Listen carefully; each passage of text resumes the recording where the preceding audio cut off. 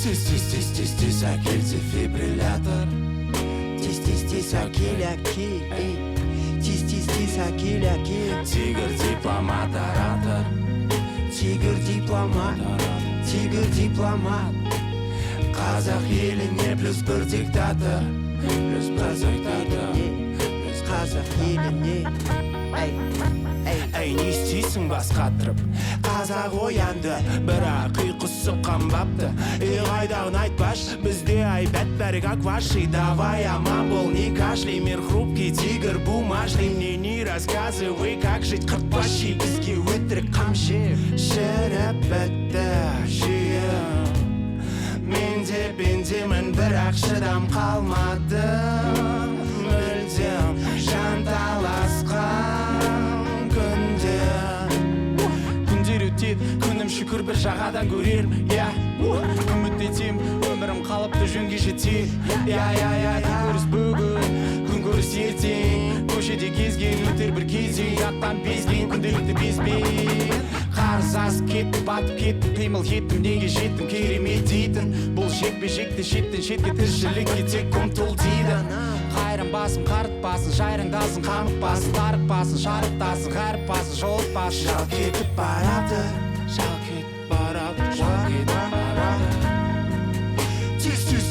Тиз, акель дефибриллятор. Тиз, акель. Тиз, акель. Тигр, дипломат, оратор. Тигр, дипломат. Қазақ еліне плюс бір диктатор.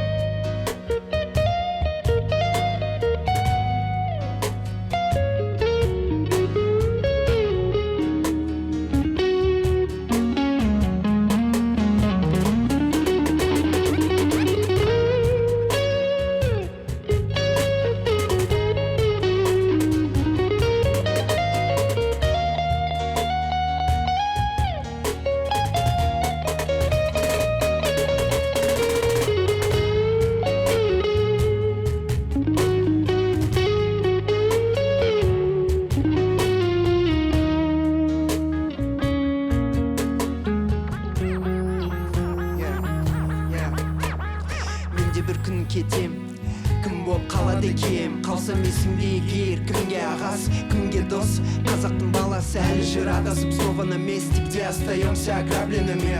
Новые грабли по-старому, ход с нас паром. Старый хозяин, новые тапки, новый КЗ, старые грабли, те же ТЗ, тендеры, бабки, снова ХЗ. Где мы, как мы, старый хозяин, новые тапки, новый КЗ, старые грабли, те же ТЗ, тендеры, бабки, снова ХЗ. Где мы, как мы. Өзгеріс желдері ысқырып тұр шулап басымызда.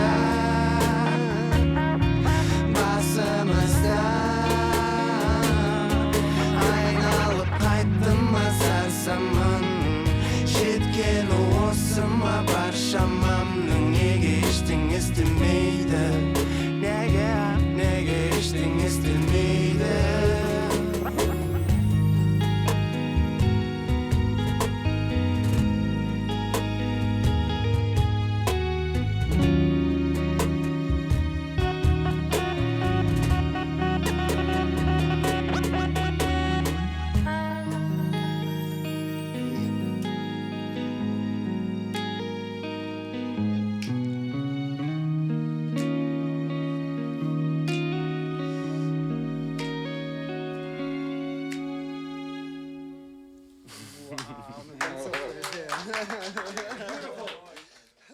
Блин, когда играет гитара, и это все прямо сейчас происходит, это какой-то нереальные эмоции получаешь.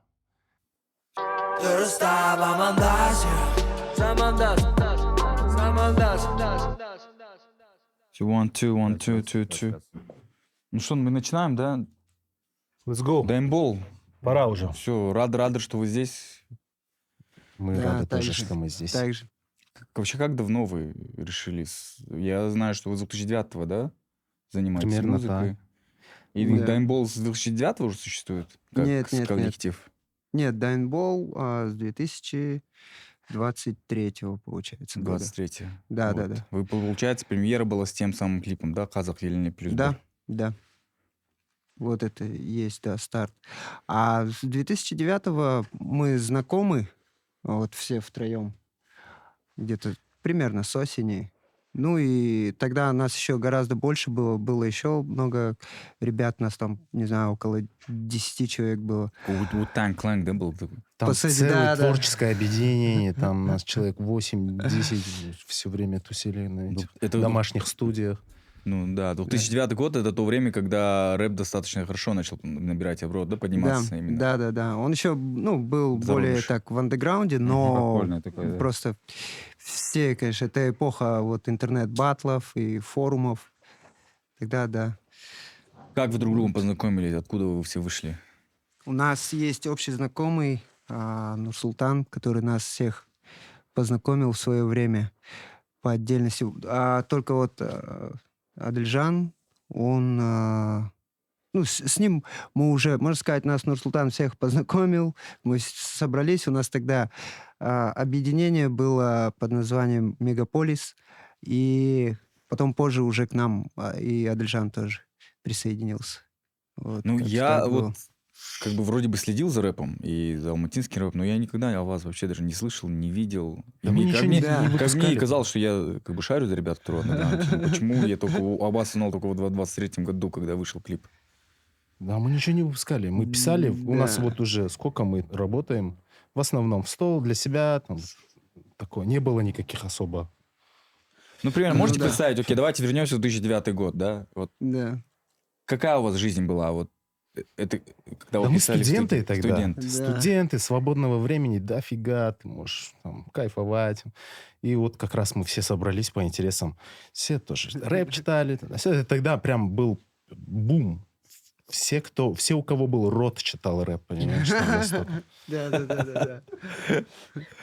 Но Не тогда мы просто после занятий собирались у кого-нибудь дома, там то у Макса, то у НЖ, и это, по сути, там и формат был такой совершенно непрофессиональных студий, это даже студией не назвать, просто комп. Да, динамический микрофон, комп, Да, там что-то да, такое даже по на минималке. микрофоны от наушников записывались. Да. На цифровые фотоаппараты мы в режиме видео, там хороший звук получался, его конвертировали в MP3, Да, эту да. дорожку закидывали. Я скучаю по этому времени. Тогда, Да. по-моему, еще Бигбулат, а.к.а. Хиро, он пригласился Да, делал. В то да, время он да. пригласился тоже на видеокамеру записывал. Звук на Да, видеокамеру. вот эти вот, поэтому, когда он рассказывал эту историю, мне тоже флешбэкнуло. Нифига тогда. Трушные времена. Тогда не у всех были микрофоны. Нужна была смекалка, типа, что-то придумывать, чтобы, да. И все это писали, не выпускали, да? Ну как там, ВКонтакте вот это вот «Мой мир» тогда еще, помните? Mail.ru, агент. Да, хорошо. Вообще, да, по сути, для своих же плейлистов как будто записывали. И эти треки просто распространялись по университетам. А какой университет? Давайте... Ну, я в АГУ учился. Ага. И я как-то пришел туда, ну, в общем, пришел на занятия, а там все слушают какой-то трек. Ну, не все, но для меня это было слишком. Потому что я с этого трека кринжевал, и мой дружище там раскидал его всем. И там, в общем, это было очень такое себе. Я мечтал тогда сделать какой-нибудь университетский бенгер, чтобы Ага. вот прям весь АГУ качал. И Но, получилось, получается, да? Ну, худграф на мой факультет чуть-чуть там что-то качнуло, но нормально. Как-то Не так. знаю, я вообще никогда никому не показывал. Я треки. вот стеснялся тоже, я бы почему-то. тоже не показал. Это просто вот однокурсник, он слил, Мгм. просто слил. Особенно вот. в университете. А в когда колледже. мысль пришла уже, что вы готовы объединяться как коллектив, когда имбол появился?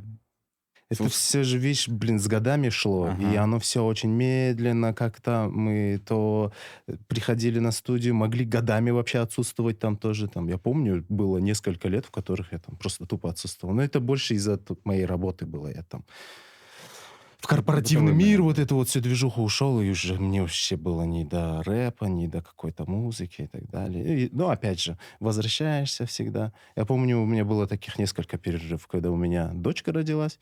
Я такой, все, да, я нафиг, мне музыка, вот это вот время просто тратишь. Но оказывается, все-таки в итоге возвращаешься к этому. Мгм. Потому что, блин, ну не можешь. Как будто бы ты... Есть кто это говорил? Если ты можешь не писать, не пиши. Вот такая тема.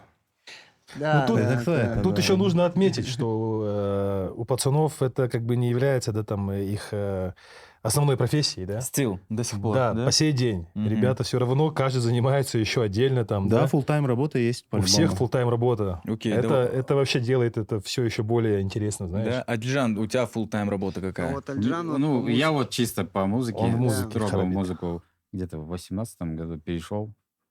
Откуда перешел? Да. Я вообще везде работал. Просто о честно. вас информации мало. Мы сейчас, возможно, будем, чтобы вот составить портрет группы Даймбол, и будем немножко ковыряться, кто вы, откуда вообще. Кайртансындар? Я местный. Местный. Да. Единственный. Да. Да не, Айдар же тоже здесь. Ну, я областной. областной. Родился в Чилике и жил недалеко, по сути, от города. Я вообще Вот. иностранец, я в Ташкенте родился. Да. А, Мне родители там Да, учились. Ты ташкентский и, казах. Ташкентский казах. Там, кстати, очень много. Конечно, конечно. То либи, то либи Наджира. Ну, Вот, я работал айтишником, и в итоге после офисной работы я устал, 6 лет проработал, устал и ушел, не знаю куда. Вулканизацию там открыли. СТОшка, да, ходовку делал, кажется. СТОшку, потом мотор перебирал, коробки снимал или что-то еще там. В СТО, да, ушел, потом, я не знаю, кем только не работал, продавцом, официантом, доставка, недоставка. Канализации чистил. Ну да, сантехником. Я с Фасл. сантехником я с 13 лет Мгм. с батей работал, батя сантехник, Да. на стройке, да, и кирпичи клал, и все вот это. Простые И, пацаны. В общем, в итоге всего из этого, в общем, решил строго музыкой заняться. Сейчас я пишу музыку, аранжировки пишу, биты на заказ для рекламы, для фильмов, сериалов. Там. Был опыт такой маленький. Вот. И до сих пор сейчас записываю там или что-то еще. Музыку Свожу. в группе, за музыку в группе кто отвечает? Адельжан, Да? да. Ну, сейчас... Потому что музыка отличается очень так. Это такое. Ну, да. Фирма. Здесь больше нет, здесь больше вкусовщина. То, что нам нравится, мы вот эти биты, то, что мы сейчас записали, то, что есть у нас, они в основном покупные биты. Мгм. А здесь, я не знаю, даже я не писал, кажется, битов. Нет, ты писал Ну, на я Тингеле- пишу, но не в Тингеле- стиле купили- даймбол. Ну, Не вы в стиле купили даймбол. правильные биты. Умение купить. Вот, это вот надо вкус нужное. иметь. Вот у Да, нас совпал да. такой вкус, и нам понравилось, мы залетели и делаем так вот сейчас.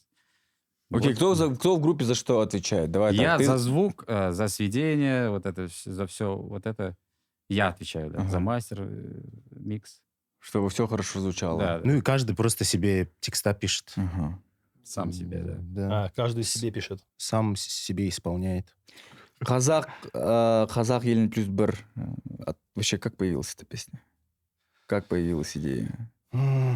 Ну, это была просто демка какая-то. Мы что-то- Вы уже тогда состоялись как группа? Уже были как группа? Нет, Нет. тогда не было. Вот, Получается, эта ну, песня Да, вас эта организовала песня группа. соединила. Вы имели в виду Объединила. Казах елін плюс бір группа, да? получается так? Да-да-да. Казах еліне плюс бір вутан Классно, группа. классно. Классно. Тоненького, я вам скажу. Да-да-да. Да, Спасибо. конечно. Ремарочку сделали. И как в итоге? На тот момент Да. вообще у меня уже был годовой, даже не перерыв, я на самом деле поставил точку тоже.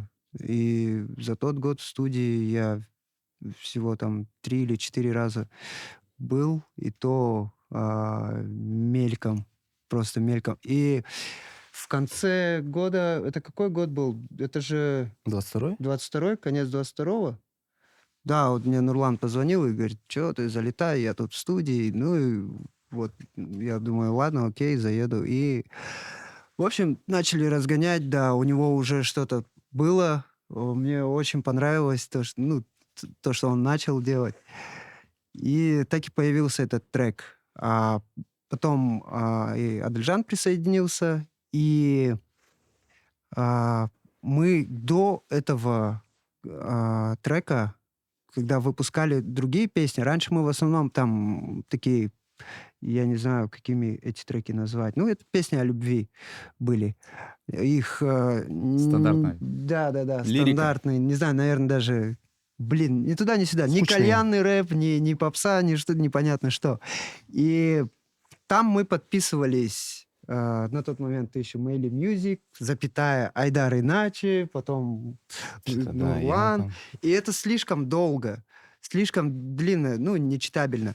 И из-за этого, чисто вот даже из-за этой технической штуки мы просто решили, что зачем, если мы годами вместе пишем втроем треки, почему бы нам не назваться группой? Зачем нам перечислять друг друга там?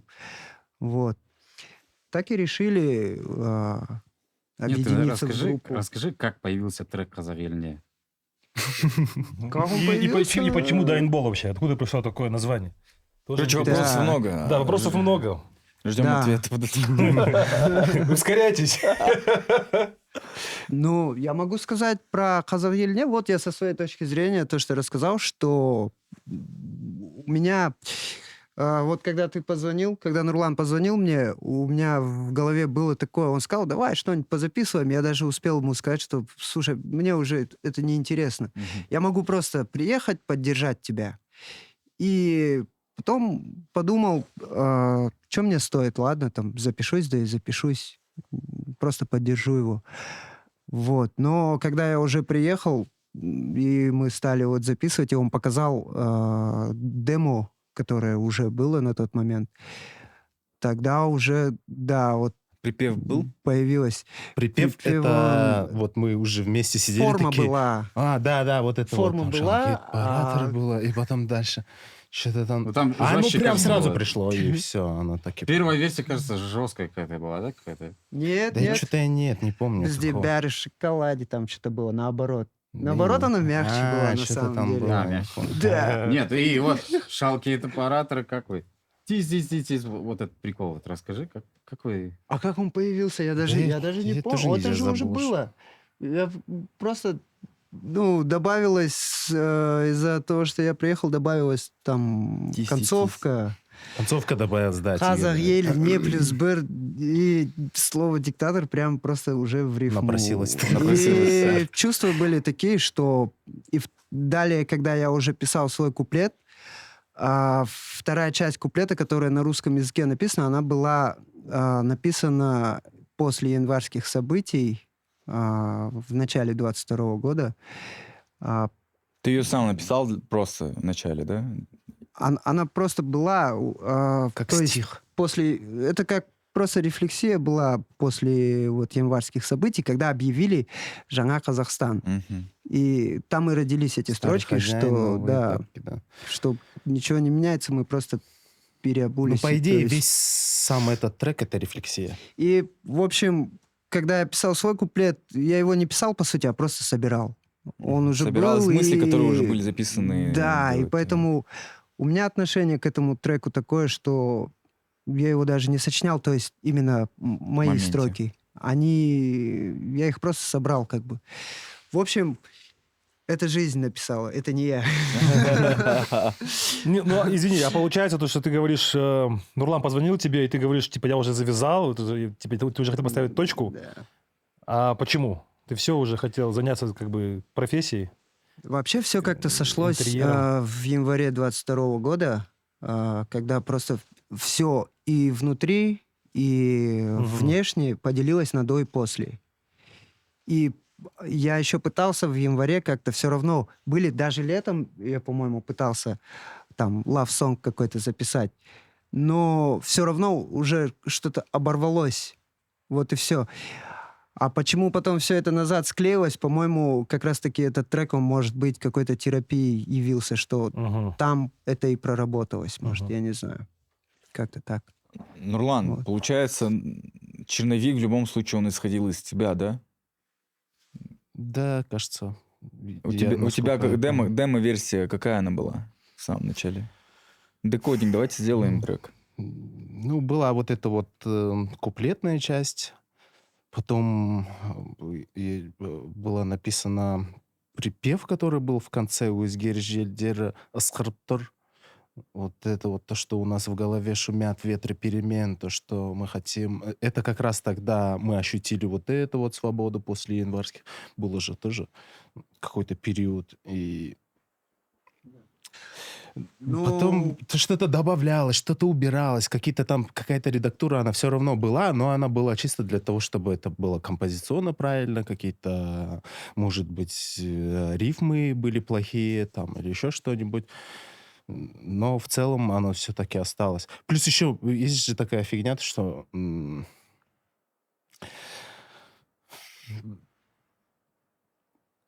это одни из первых песен, которые я там на казахском пытался писать. Мгм. Для меня это все-таки все равно сложно. Да, Мой так. первый язык, он орша.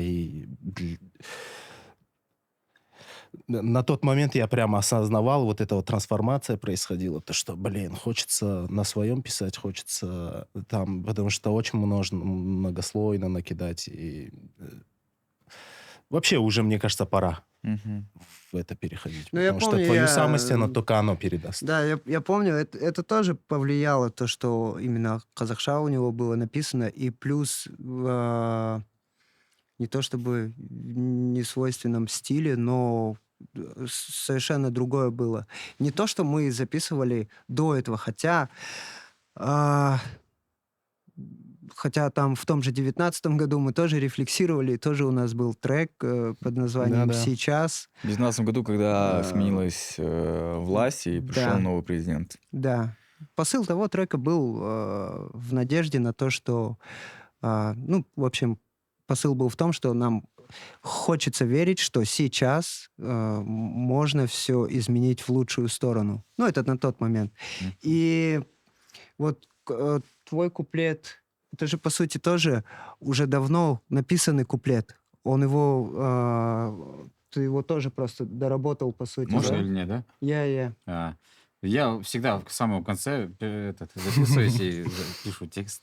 Завтра выпускать трек, и он пишет текст. Опять же, у него был текст, который без какой-либо там, я не знаю, цели. Это было в 2020 году, я помню. Да, в 20-м еще А, написан был текст. Я дополнил просто и закончил, и все. Да. Записал, и все.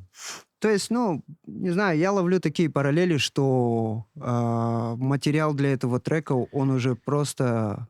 Назревал. Да, он уже просто есть, скопился тоже годами. Трек уже есть, осталось записать, да? Условно такое было Да. с этим песней. И далее, когда трек был еще в таком сыром, там, это даже было полудемо, мы уже обсуждали, нам хотелось что-то снять. И Саят Саруар, режиссер клипа «Қазақ еліне плюс бір», он тоже уже, мы с ним вместе уже обсуждали, давай, может быть, что-нибудь снимем, и вот такое было. У нас не было названия, мы все это время там, я не знаю, сколько мы, 2 месяца, что ли, не могли придумать название. Там был миллион вариантов.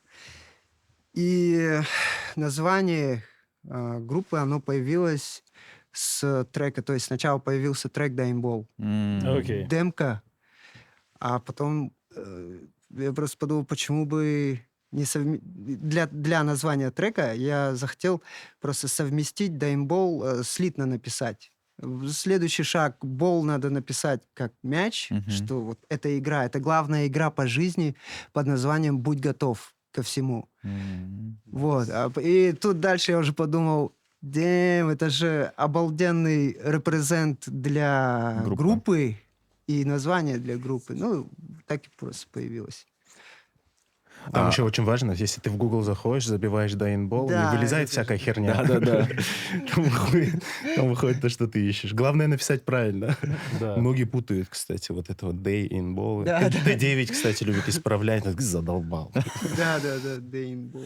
Когда уже песня готова, когда вы уже приступаете к написанию сценария, видеоклипа, да, с режиссером Саруаром, вот, загрузить на YouTube и нажать кнопку «Опубликовать», Ну, какие чувства вы испытывали?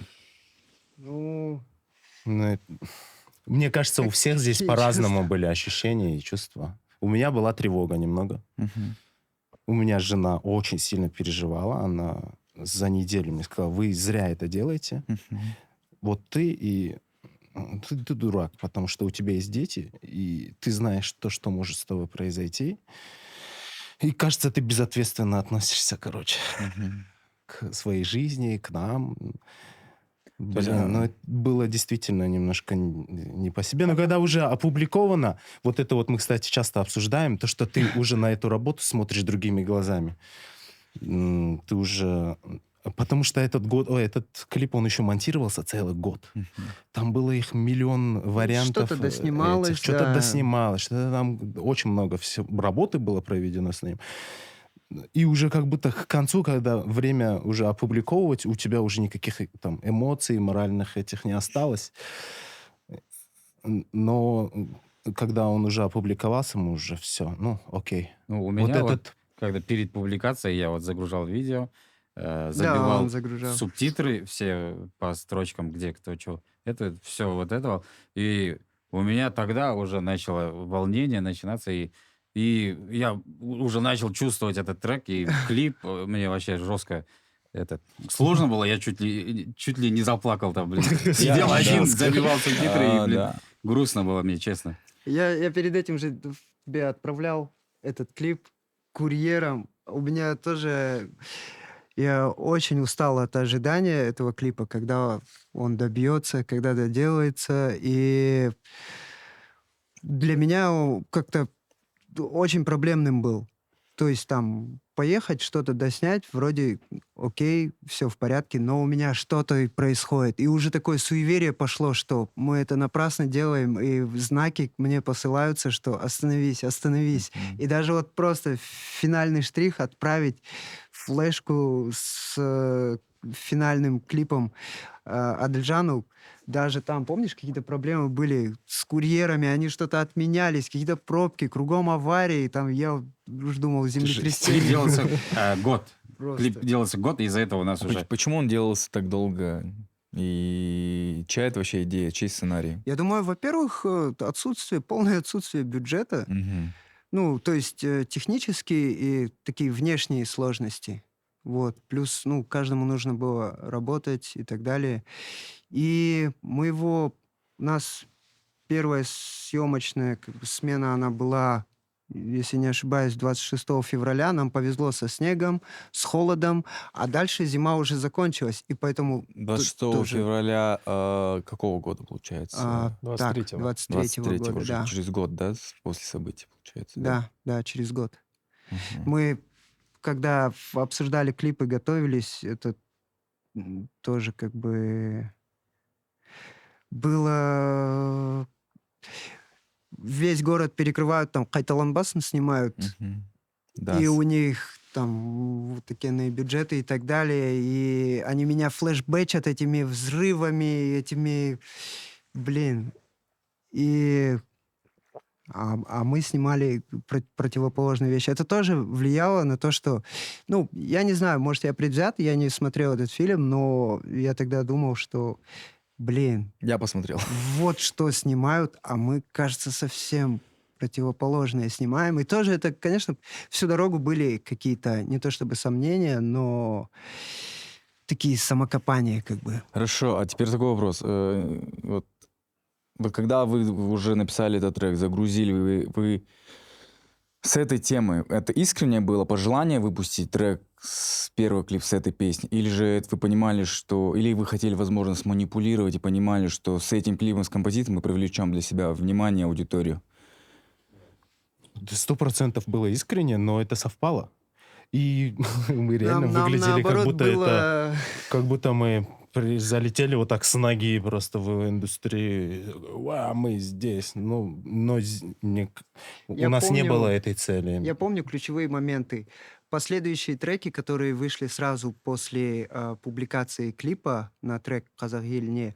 А сам трек, кстати, он вышел еще в мае 23-го года. На площадке. Да, на площадке. И там просмотры набирались вот в ТикТоке. Я шоколадки начал делать. Да, Вот да, как раз да. в тот момент я начал делать под этот трек. Да, поэтому трек тоже как бы завершился благодаря его ТикТоку. Вот. А потом, когда мы дропнули уже клип, и пошла вот эта реакция, ну, во-первых, нам там не весело было.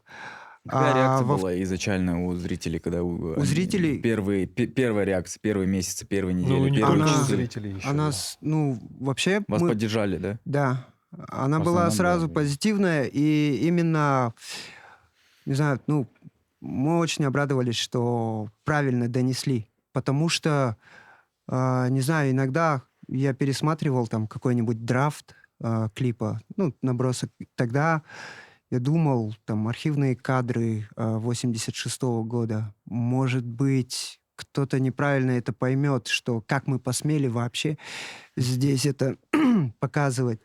Вот, поэтому разные сомнения были, но по итогу воспринялся он хорошо аудиторией, вот, но мы сразу же как бы... Ну, последующие 2 трека мы без всякого промо выпускали. Там просто обложка и все, никаких сниппетов, никакого продвижения, потому что не хотелось, чтобы было впечатление, что мы хотим хайповать на том, что вот выпустили вот этот трек. И ну вот как-то так было. Ну и плюс было тоже много разных сообщений с интервью и так далее, с предложением. Мы тоже там отказывались. Там, Вот. да, кстати, очень много изданий, именно какие-то Азаттық, да, многие политические. Мы такие, мы не политики, мы же рэперы, музыканты, блин, это самое. Мы не можем, у нас нет в этом экспертизы. Если вы послушали трек, послушали. и Я вот помню, тогда обсуждали. Если что за его мандас обсуждать? и допсес, лучше никому сейчас... Плюс еще как бы параллельная мысль, что лучше сейчас не размениваться туда идти, туда. Хотя Давайте очень поработаем, хотелось поработаем, рассказать потом- и сказать, что мы, чуваки, мы не... Мы не облязовские. Да. Да, он заливал на свой канал. Он нас и- жестко подставил. Да, он всегда так делает. Но это крутая заявочка. Получается, ваш первый трек. Такое сейчас редко происходит, когда, допустим, группа вот сформировалась, у них она выпускает первый трек, и сразу в этом треке и в клипе видна четкая позиция. Да, некоторые снимают, очень смело. некоторые пишут треки, снимают клипы, потом решают, передумывают их уговаривать, не выпускать. М. Здесь такие были случаи, да, но здесь Да. это... И вот в этом же, и как бы... Когда вышел клип, я его сразу не стал смотреть. Просто потому что, ну, я увидел сперва кадры, и они такие немножко... Они сразу отдают очень большой болью. И даже сейчас уже, смотря, уже спустя там времени, все равно ты смотришь, и по сей день этот клип вызывает не очень приятные чувства и ассоциации. И сейчас вот даже как будто бы, когда время уже менее свободное, и когда гаечки закручиваются, спустя время, какое у вас отношение к этой композиции? Вы гордитесь этой работой, или же все-таки вы думаете, блин, может, надо было все-таки по-другому? Ну, лично... Возможно ли вы, что вашу эту песню вообще могут использовать против вас? Использовать против нас? Так, я сейчас отвечу про Спустя время, гордость да. и про отношения, да. Потому что Ну. там, давайте вот так скажем, в этом треке, Мгм. в этом клипе, да, который снял режиссер Саруар, Да. конкретно показаны пытки. Да, Да. что новостная повестка, то есть в Казахстане не было пыток. Везде Мгм. это не говорят. В фильме «Кайталамбас» этого не видно. Никто не говорит об этом. То есть это такая тема X. Вы залетаете с картинкой именно пыток, с картинкой политзаключенных, с несправедливостью по отношению к хантаровцам, да, и в целом по отношению. Сейчас историю пытаются переписать, переломать, сказать, что это были противники, что это был мародеры, что Хантар случился там Ну, благодаря невежеству и благодаря да. плохим людям, которые хотели перевернуть власть. И пусть это Еш Хашан, Кайталамбасын. Да. Ваша видеоработа буквально отличается и показывает другую альтернативу, которую на самом деле не хватает. Я на самом деле очень искренне рад, что вы появились, что есть такое, что вы появились ниоткуда, именно, ну, как ниоткуда, что о вас до этого никто не знал, и вы такие, Да. вау, какой это крутой, интересный мув и поинт, да? Но спустя вот уже Мгм. почти 3 года, да, спустя 3 лет, какие ощущения, когда вы видите в копилке, что у вас здесь такая рефлексия? Я, как А, творческий человек, очень даже искренне вам по-творчески завидую, что вы осмелились, у вас Да. получилось так.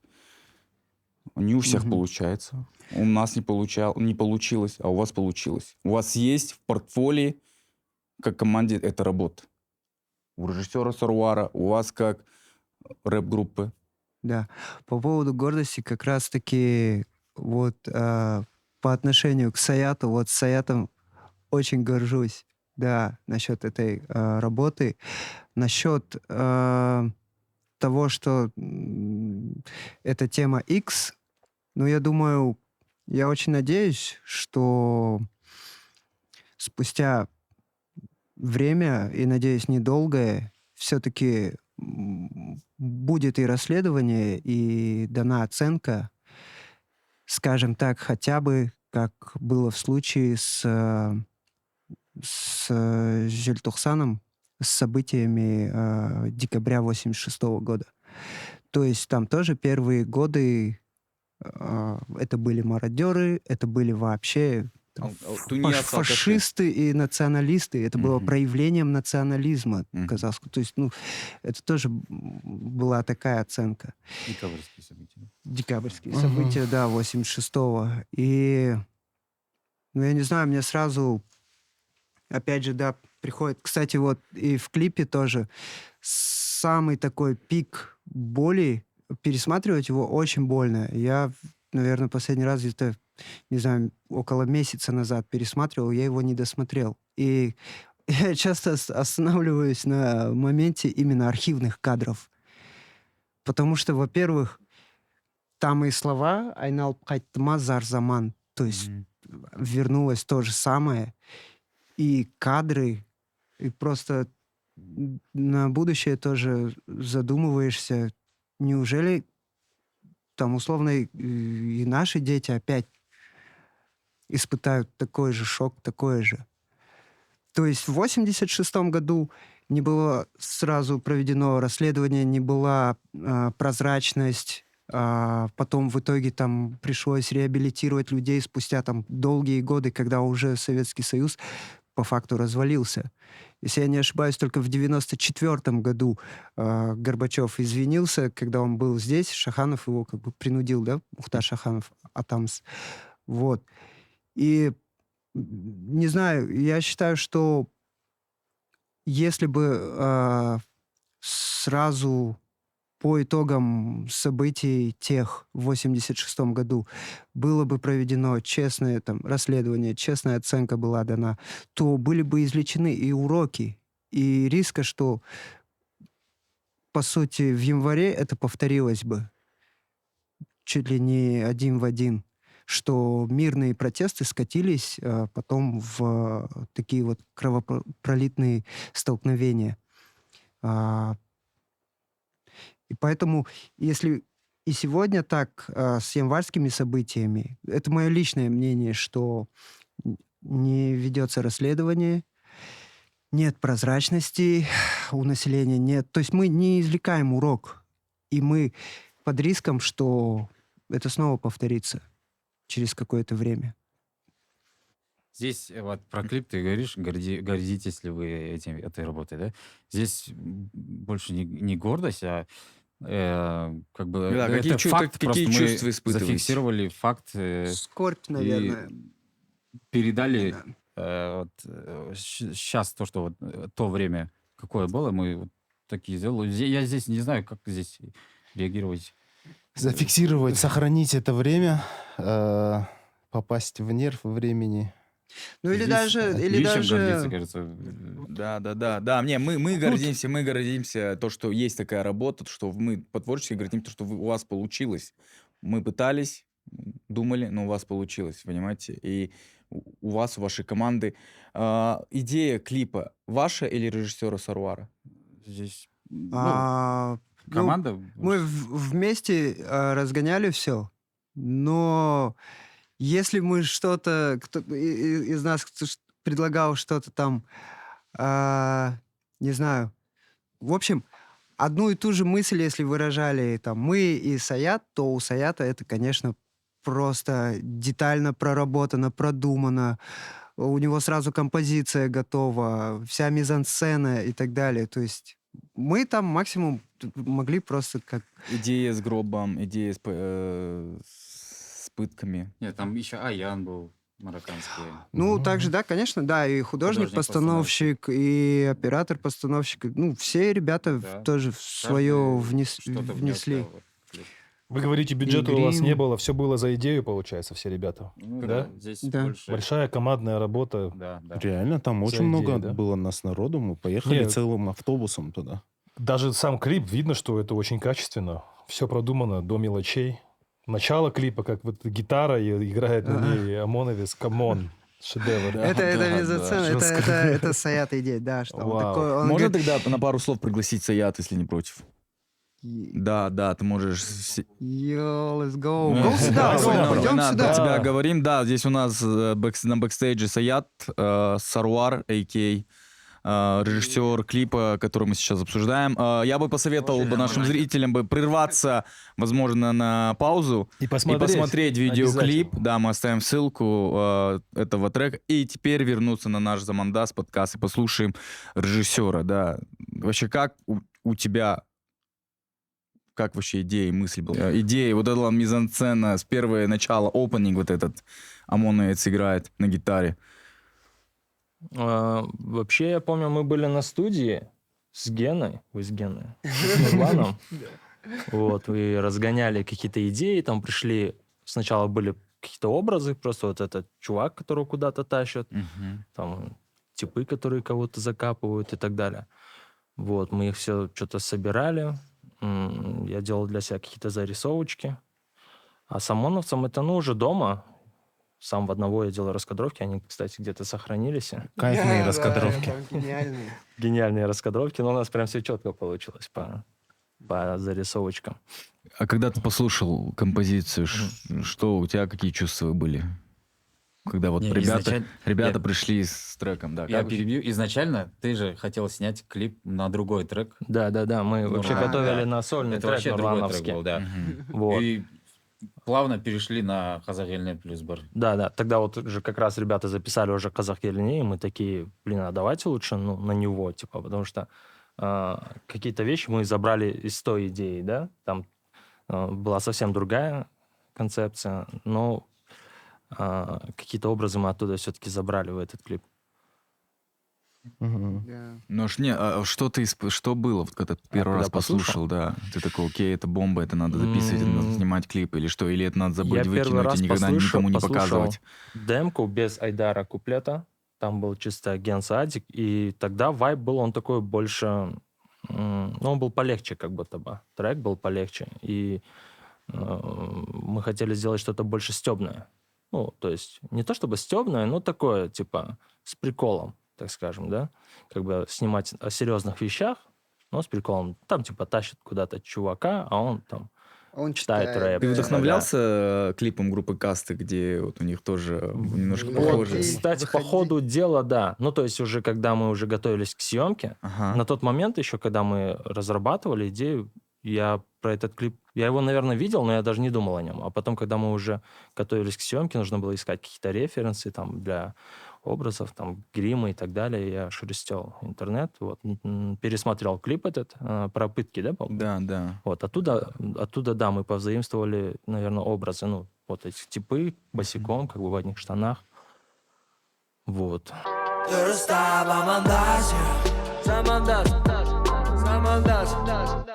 А сейчас какие вот у вас мысли, когда вы читаете новости, что вот посадили за сатиру, да, что там 15 суток, ваши куча знакомых уже посидели за 15 суток. Какие чувства испытываете?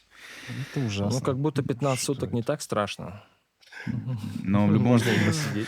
в любом Не, случае страшно, любое ограничение свободы, Ну это да. страшно. Да. Тут Не- основная идея была в том, что вот типа у нас почему-то привыкли бояться. Мгм. Вот даже вот все, что есть в клипе, как бы оно есть, ну, было в воздухе, у всех как бы в головах, но Да. почему-то, да, считается У всех на опасно об кухнях. этом говорить, типа. Мы подумали, типа, а почему? Ну, это не то, что смелость, я думаю, может, глупость в какой-то части. Мы такие, а что нет, давайте, типа, жахнем. Начали как бы снимать уже, когда собрали, посмотрели, и такие, нас посадят. Такие. Не, ну действительно, давайте смотреть правде в Окей, глаза. давайте. Опасность же присутствует на самом деле. Да. У нас, нельзя даже выходить с одним плакатом, да, там, и требовать, не знаю. Ну, риски есть определенные. Риски всегда есть. Да, Вот гаечки главный- закручены. Хотя главный казалось, что вопрос. мы наоборот. Хотя казалось, что больше стало свободы в какой-то момент. Свобода стала точно А меньше. потом Бериндит перевел. Поцелуй. После того, как опубликовали видео, какая была реакция? Ладно, мы поняли реакцию аудитории, которая, пацаны, очень круто. Не было ли каких-нибудь других реакций извне? Ну, ребята переживали. Нет, были боты еще, кстати. Вот сразу, да. Сразу начали писать, и там под комментарием 500 лайков, там сразу, ё-моё, я смотрю, откуда это так? И сразу примерно прикинул, это, наверное, боты, и все. Все, а так больше ничего такого ни В с кем основном никак. положительные. Все, Окей. у всех рефлексия. Мы удаляли некоторые комменты, которые были, ну, чересчур такие фанатичные, с призывами какими-то. А что вы говорите, какой был взгляд у ботов? Какой был контекст? Работав я не помню. Обесценивание, Я не помню, наверное. ничего не говорили. Типа, зачем Кайталамбасан, зачем это нужно, зачем это об этом говорить, вот так, да? У ботов Что-то в этом? скорее, да, но вот те комментарии, которые мы удаляли, они были наоборот. Радикальные. Радикальные. наоборот, да, Есть ультра. радикальные, да, были радикальные, там, с призывами. А Я негативных вот таковых как будто, ну, было мало. Первые 2-3 Вообще там. дня у меня вот все напряженные были, и я сам решил лучше удалить такие комментарии, лучше незачем нам. И экстремизм какой-то еще. Получается, были боты, которые, наоборот, типа хейтили клип, трек, да? Нет, таких. Нет? Были? Не, хейтили, есть хейтили, которые боты обесценивали, типа трек там за 5 минут сели, там записали, видео там то же самое, там, проходной этот, и все такое, да. Мгм. Ну, И без этого никуда, да. Окей, давайте тогда все-таки мне хочется поднять вопрос вот это. Давайте про... Что вы думаете про сатира Холмасамес, да? То, что вот посадили парня Тимерлана, да. Инсбека, автора инстаграм-страницы, сатирического инстаграм-страницы Kaz News.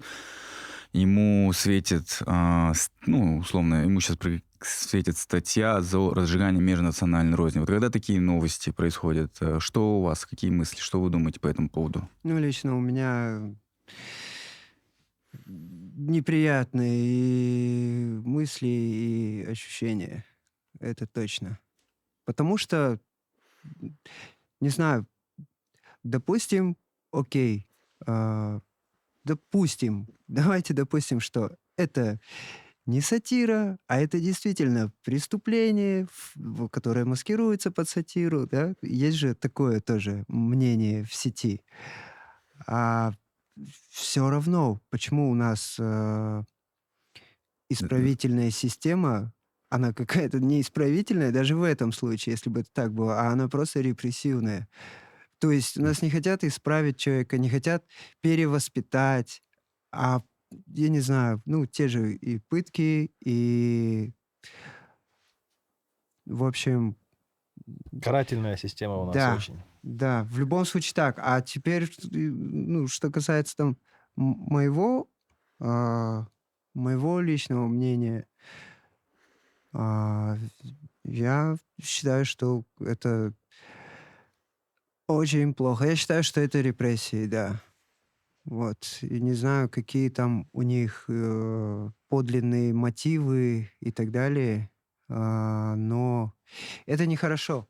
Вообще, это, кстати, нехорошо и для самого государства, по моему мнению, потому что если ты даже протест подавляешь, не даешь выражаться вот так вот, что там такого острого, это наоборот людям помогает как терапия проработать, Да. выпустить пар. И если ты это душишь, то протест он есть, протестные настроения, они есть. Сядь в любое такси, сходи в любой магазин и так далее. То этот протест, если он не может выражаться через творчество, через там, вот там контент в Инстаграме или еще как-то, то он маргинализируется. Если сейчас мы все будем не выражаться, бояться, то, как следствие, это все будет и в невидимой зоне, Да. и как раз-таки можно будет легко и провокации проводить всяческие. Да, по его вопросу вообще лагеря, там нет два лагеря, которые говорят, да, он заслуживает наказания, есть лагеря, которые оправдывают, что это, говорят, что это сатира. Ты что думаешь, Ержан, по этому поводу? Я скажу так, что в нашей стране есть вещи, которые притягивают тебя, которые будут твой патриотизм, которые заставляют тебя говорить, которые заставляют тебя любить эту страну, да. А есть вещи, которые отталкивают от этого. Мгм. И вот эта вещь, она отталкивает. У меня она в голове не укладывается вообще. Почему везде можно, а у нас нельзя? Что в этом такого? Кто там был обижен, понимаете? И такие вещи я просто... У нас еще проблем нету, ребят. Вот это вот я не понимаю. Да, да. И правильно ты говоришь, если действительно это задело там, да, там, не знаю, нашу верхушку, ну позовите вы его, поговорите вы с ним, скажите вы ему, сделайте предупреждение в конце концов, да, там. Но вот это 2 месяца держать его за что? 2 месяца держат только тех, кто реально совершил какое-то уголовное страшное преступление. Да. 2 месяца до суда его Да. делают. Пока идет что за дела? Ну да, здесь должно быть административка, чем... Ну, Здесь ну, уголовка вообще не в тему. И тогда, Ну, ну, где тогда тот самый Жана Казахстан? Где тогда, как, вот дайте людям, да, вот, ну, где надежды нету, наоборот. У нас должно было все улучшаться, а у нас как будто бы вот эта тень, ее становится все больше и больше, и она скоро нас всех закроет, и солнца вообще видно не будет. Зритель, да, в контекст введем. Тимурлан Нюзбеку, автору канала Казньюз, он сделал сатирический такой пост во время, когда Тина Канделаки высказалась о том, что в Казахстане переименовывают города, русские исконные города, по ее мнению, да, которые их переименовывают на казахские, и что это побуждает национализм. И он сделал шуточный пост о ней и добавил туда трек, старый трек, который вышел в 2000-х, даже непонятно, неизвестных рэп-исполнителей. И это ужасная песня, я ее осуждаю, но оно превратилось в мем в ТикТоке, в Инстаграме. И надо возвращаться в момент, когда он ее опубликовал. Этот трек был везде, во всех социальных сетях. И там есть текст «Yo, Орстар», на-на-на-на-на. Ужасный плохой текст, да. Но в любом случае это не заслуживает то, что он получил. И в этом плане, конечно, просто безумно страшная ситуация с ним. Да. Что вы думаете по поводу этого трека? Это же тоже, поводу да. этого трека, именно трека, который был использован. Да. Это отвратительный трек. Ну, вот стоят на... На нем вырос. Нет. Стоят на портале Орда, да? Ну, Где-то, да, был. он давал комментарий. Мгм. Я, по сути, да, согласен. Это трек, к которому не относились серьезно. Это вот как раз в те времена, когда вот мы еще даже не были знакомы, по-моему. Действительно, там в начале нулевых где-то он идее- звучал, и Тут же еще Да. прикол, что вот, да, Тина Канделаки говорит куда страшнее вещи, по идее. Если так разобраться, то злодей-то в этом случае она. И плюс он же, ему клепят межнациональную родину, хотя он был противником сепаратизма. Он был противником сепаратизма. Его весь паблик и троллинг, и вот такие жесткие высказывания, это было против сепаратизма. Короче, смотрите, как это выглядит ситуация, если вот так чуть-чуть, да, там... Но ни в шагнуть коем назад. случае не хотим обижать. если Там у кого-то- Тина Канделаки с России прет на Казахстан, он вступается за Да, Казахстан, ответку и дает. Казахстан его за это садит в тюрьму. По Но сути. не сразу, а дождавшись через какое-то Да. время, спустя год. Вот. да. Камон, гайс, вы что, серьезно, Ну что и ли? плюс по последовательности, да, если я не ошибаюсь, песню еще даже не успели там запретить, признать там экстремисткой и Да. так далее. Да, он Ну, имеет а право его её уже- использовать. Да. То есть тут тоже, Еще да. есть смешная история, теперь ищут авторов этого трека. А теперь непонятно, это было написано в 2000-х каких-то Лучше годах. бы действительно Ну, какой-нибудь... трек на- ужасный, мы осуждаем, Трек, да. осуждаем, да. Да, это понятно, но лучше бы кто-нибудь из наших, кто-нибудь там оттуда бы наехал бы на Тину Канделаки. Понимаете? Мгм. Это было бы как-то более... В итоге просто пронешу. Мне кажется, мы больше внимания привлекли к этому треку. Не, Не думаю. не думаю. Я думаю, что... Я очень надеюсь, что мы хотя бы, возможно, этим высказыванием поможем и им взглянуть хотя бы с другой стороны на этот вопрос. Сейчас в целом настроение, вот я не знаю, заметили ли вы, но я вот начал это замечать последние 2 месяца, наверное, я прямо чувствую настроение какое-то напряженное. И это читается везде. Это во все... Я в комментарии читаю там под какие-нибудь видео, какие-нибудь новостные ленты, вот это все. Вот, просто люди там на базарах, в такси, везде, на работе. Здесь настроение очень такое, знаете, не просто напряженное, оно негативно напряженное. Шаткое. И как будто бы, вот смотришь людям в глаза там, да, и как будто бы он такой, yeah, I feel you.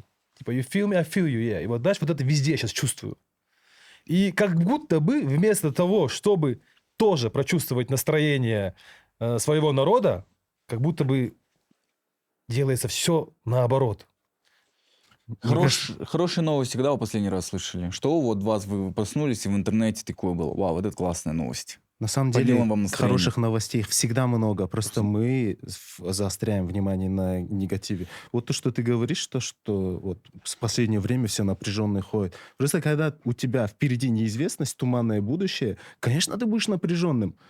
Оно настолько Когда- туманное, что PM-частицы, братан, зашкаливают вообще. Просто настолько Сейчас, да, туманное. со смогом очень много.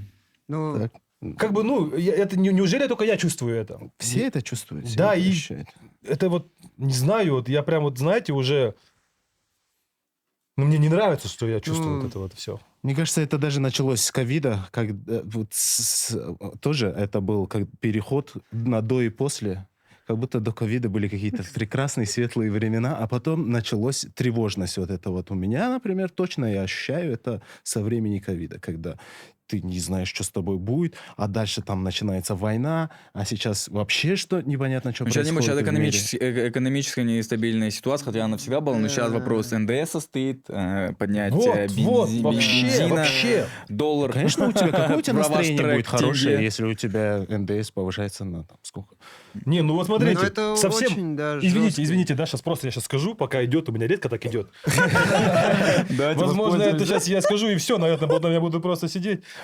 Просто я не успел глазом моргнуть в декабре, как доллар просто, да, 480, 530. Просто я Что? пропустил этот момент. Что именно? Ну что доллар подрос? Тенге, да жестко. Я его не успел даже прочувствовать. Живешь своей жизнью, сходил в горы, доллар был 480, прихожу, 530. Все, живи с этим. На данный Никаких- момент 515. Никаких объяснений, никакого ничего там, никакого стратегического там, что нам будем делать. Просто вот это вот факт. Дальше. Не проходит месяц, а знаете что? Поднимем НДС. Ну, блин, в чем косяк народа? Его нету, понимаете? Там наверху вот просто Нет, а может бюджет быть, как-то не могут. ладно, дам альтернативное мнение. Может быть, и полезно будет поднять НДС, тогда народ будет требовать?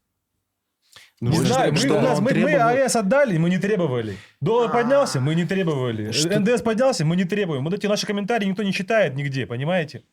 Просто, я не знаю, о чем там думают. Чтобы люди требовали, нужно, чтобы они собственноручно оплачивали налоги. Каждый месяц, чтобы они со своей зарплаты брали За и месяц все это высылали. произошло, за месяц, пацаны.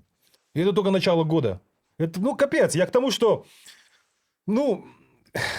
пожалуйста, я понимаю, есть дыры в бюджетах, да, там, есть какие-то там, может быть, это отголоски, не знаю, там, прошлого, да, там, не знаю, но, guys, пожалуйста, улучшите ситуацию и улучшите ее, пожалуйста, без нашего, да, участия. Мне кажется, это Почему? невозможно. Да, блин, бро, это ненормально, это Да. ненормально. Нет, В итоге страдает народ. Конечный потребитель. В итоге будет он страдать. Ты вот про доллар рассказывал же, да? Да. Вот у ребят есть трек «Тенгелер». Ну да, я понял. Мне сейчас что, рассказать заново все возмущения? Я могу. Let's go! Oh, shit, here we go again. А когда вы написали этот трек? Так. Что-то не помню уже. В прошлом году. По-моему, еще да, всегда будет актуально, да? Я так Когда бы они понимаю. его не написали, этот Во трек, все да. времена, да. Да. Да. К сожалению. Еще Дюд тоже в своем куплете о долларе сказал. Да. Да. Да. Поэтому что, трек послушаем? Да, вот у вас есть этот трек? Есть. Все, окей, Всё. let's go, собираем команду. Let's go.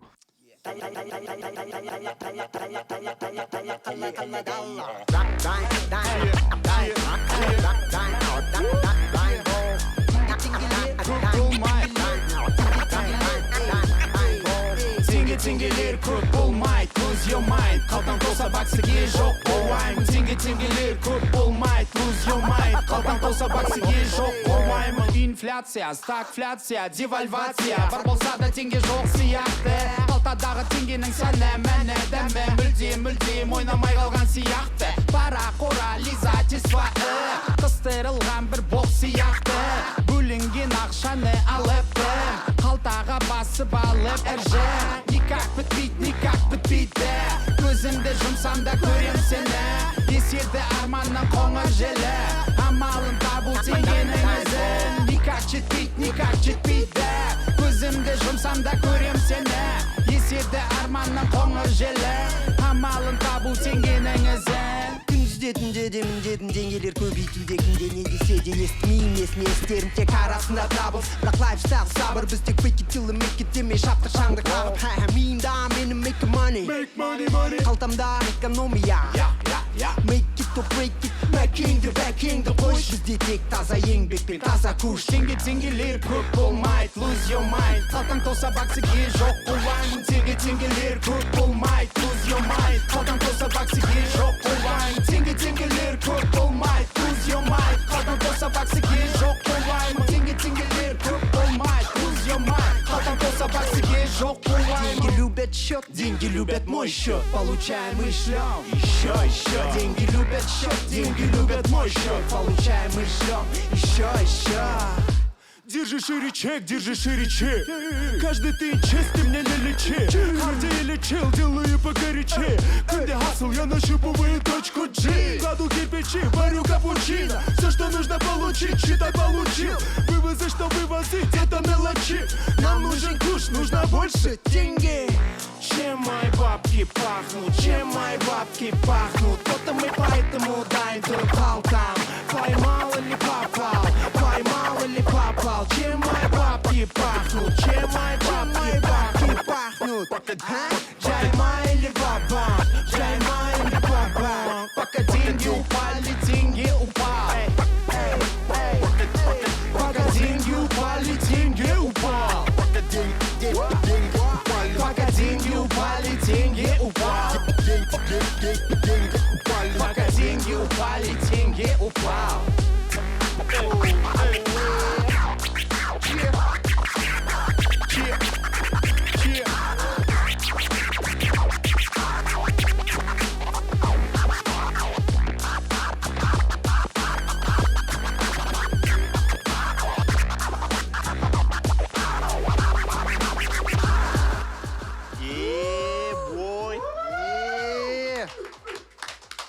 DJ Степати.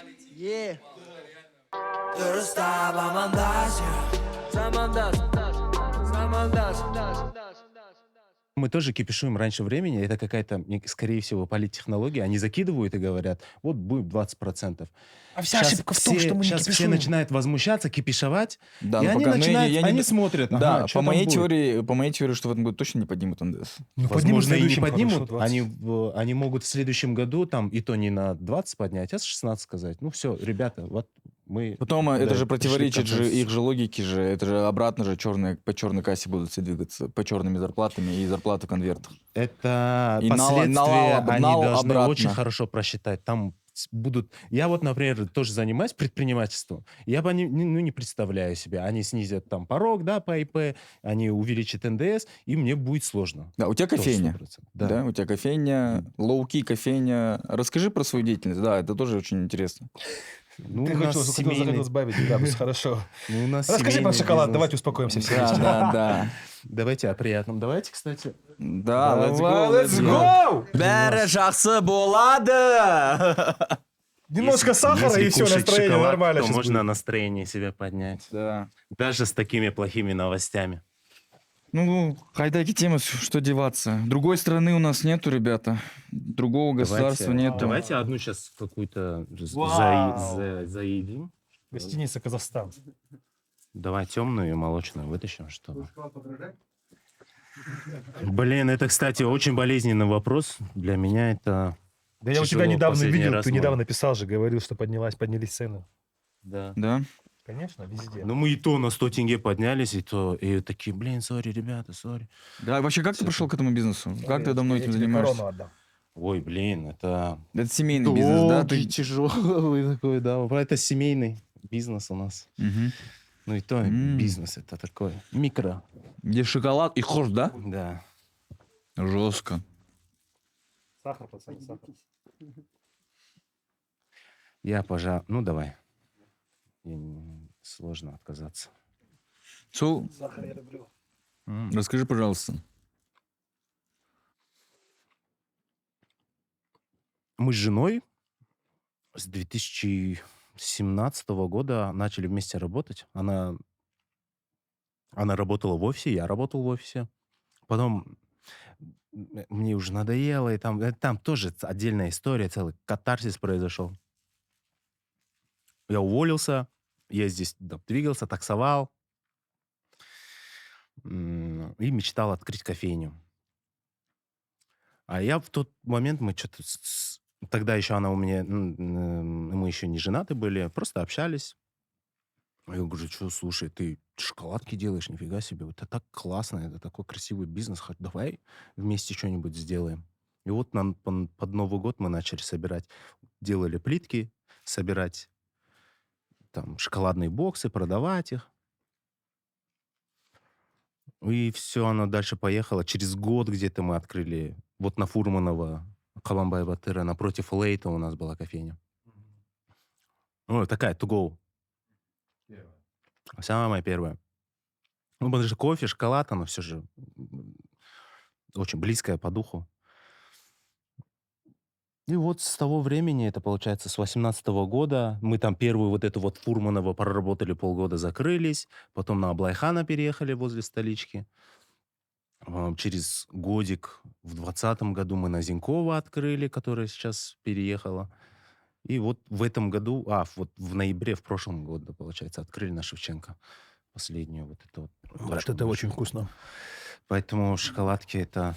Основной это продукт — это начало. шоколадки, да? Ну, блин, это тоже кофе отдельно, там нужно свой отдельный сервис какой-то иметь, ребята готовят. А здесь с шоколадом как будто проще, потому что я сам делаю. Меня вообще жена научила, она же обучалась, она обучалась у одного испанского шоколадье, он приезжал сюда, давал мастер-класс, тогда еще компот был на этом. Да, да. Ну и вот я там что-то тренировался, она меня научила.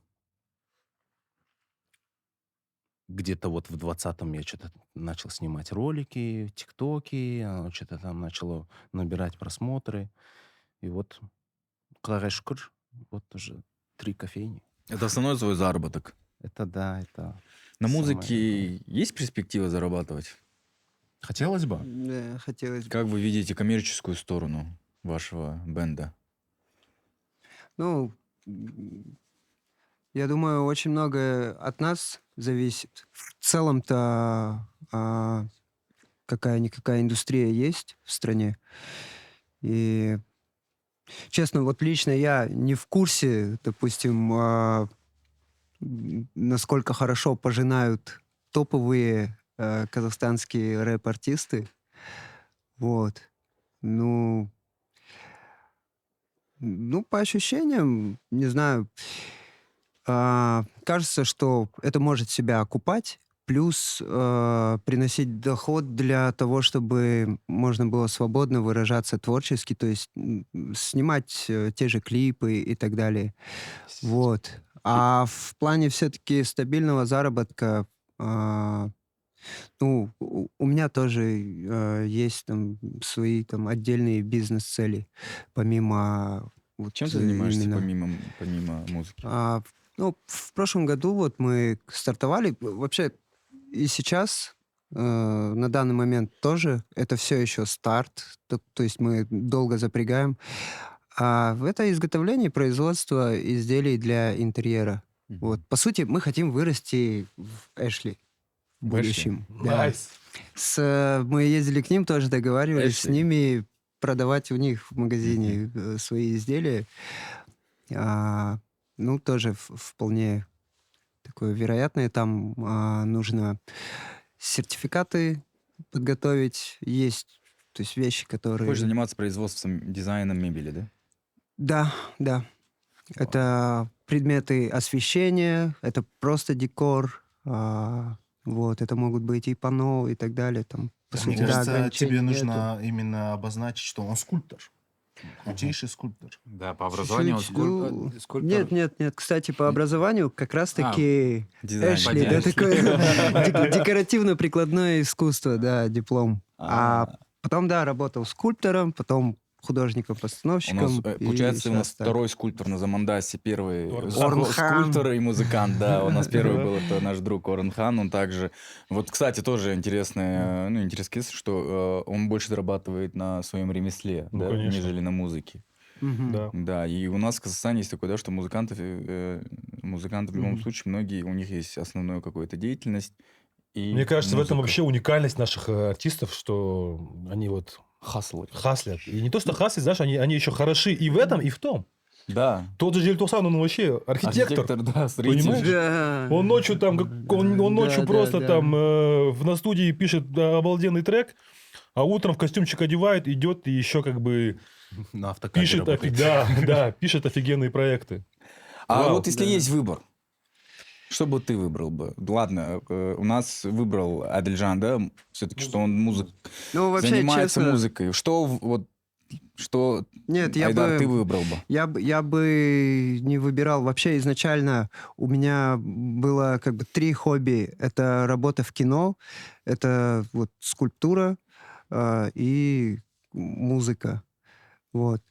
И, не знаю, к сожалению, сейчас я вот с кинематографом завязал в том же 22-м году.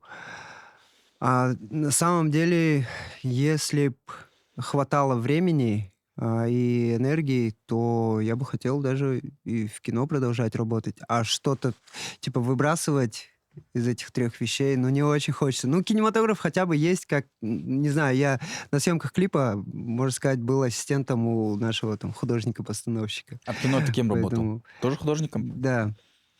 Адельжан, он везде поработал и со мной тоже подвигался на съемках.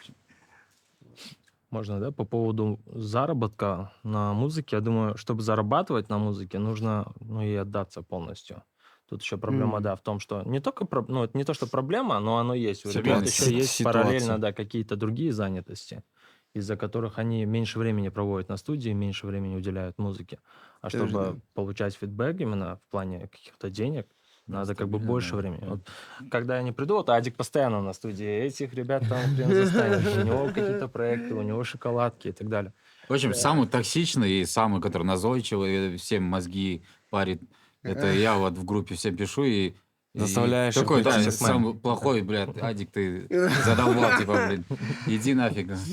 Коммерческий. Сколько ты не запарил, да? Токсичный деда. Успокойся. Нет, не настолько, бро, ты сейчас слишком токсично описал. Ты такой- Коммерческий успех ваших коллег группы Ирины Кайратовны вас вдохновляет?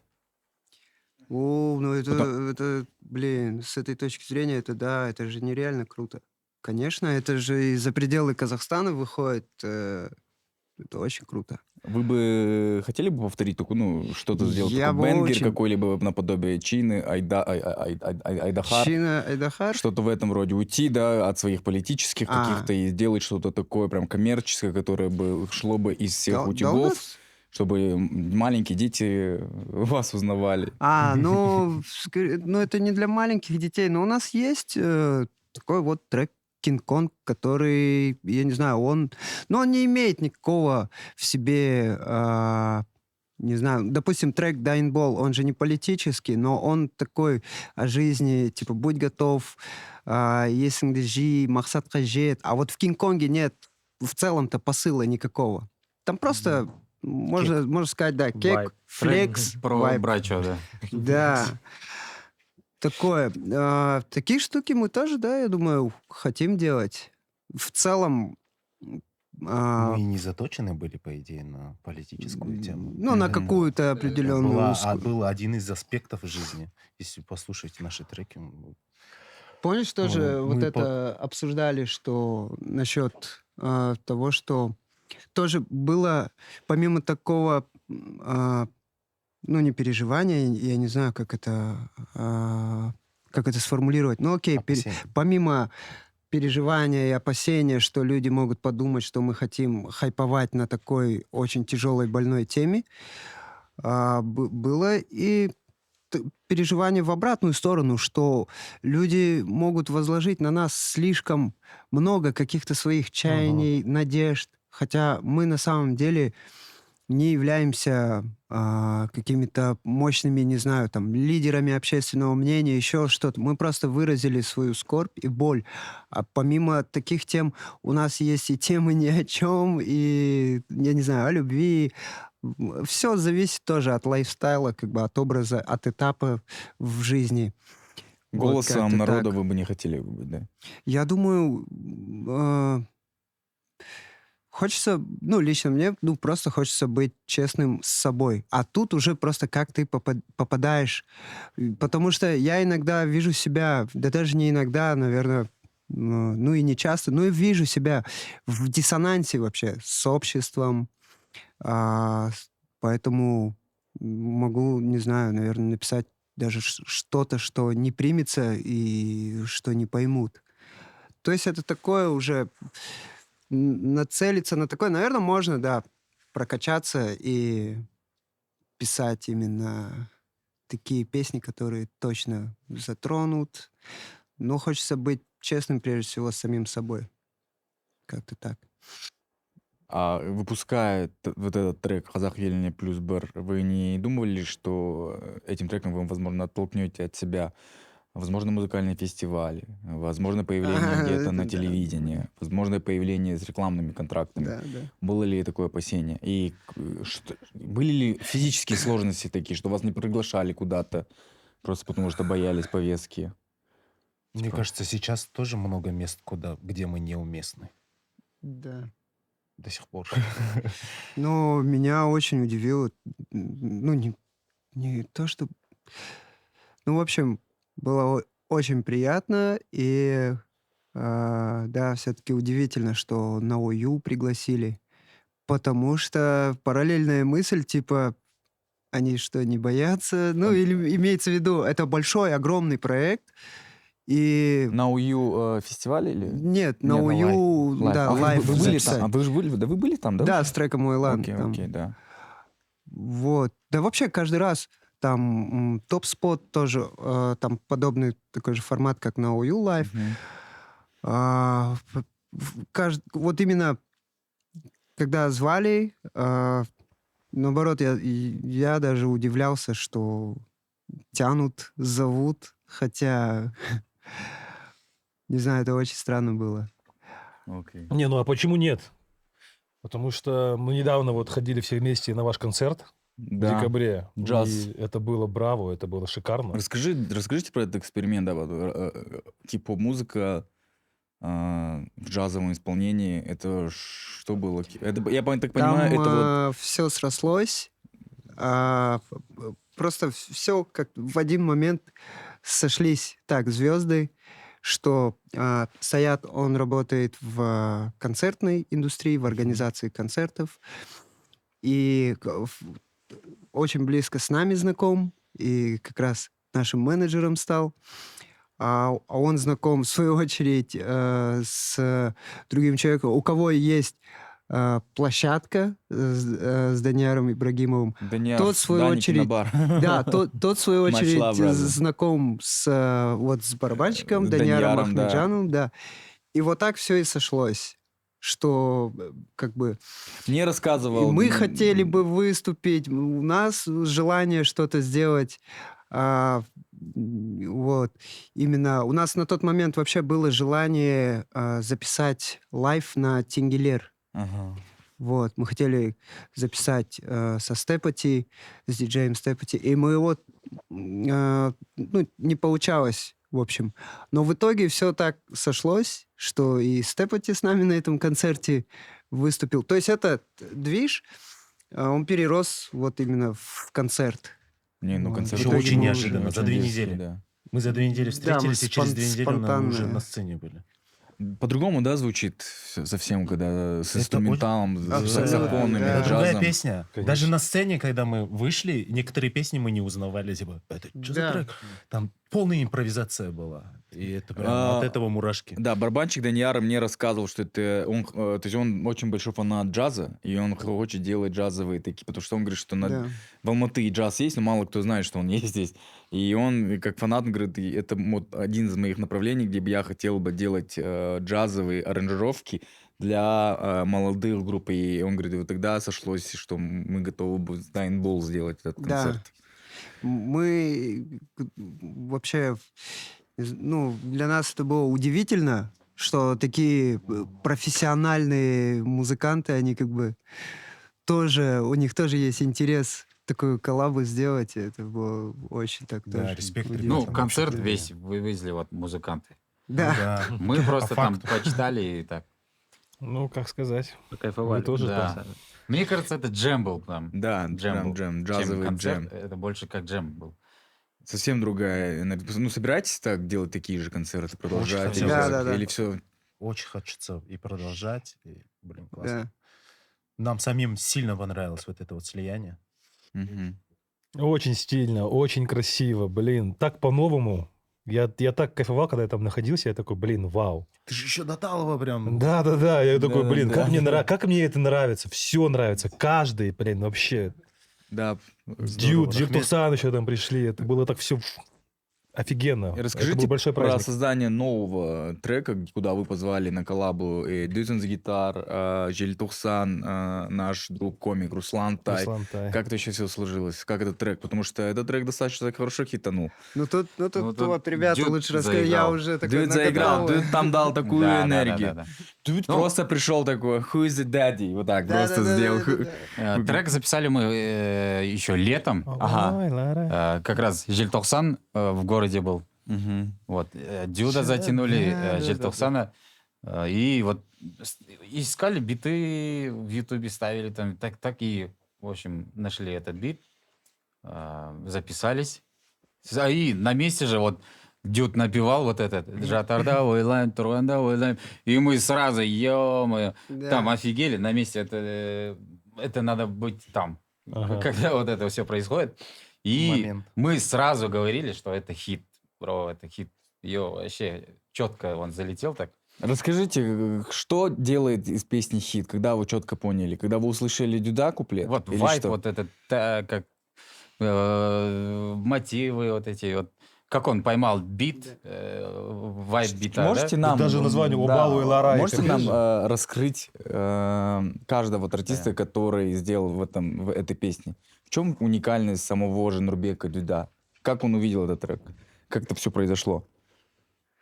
Мне кажется, он вообще и разноплановый, многожанровый, и он супер пластичный.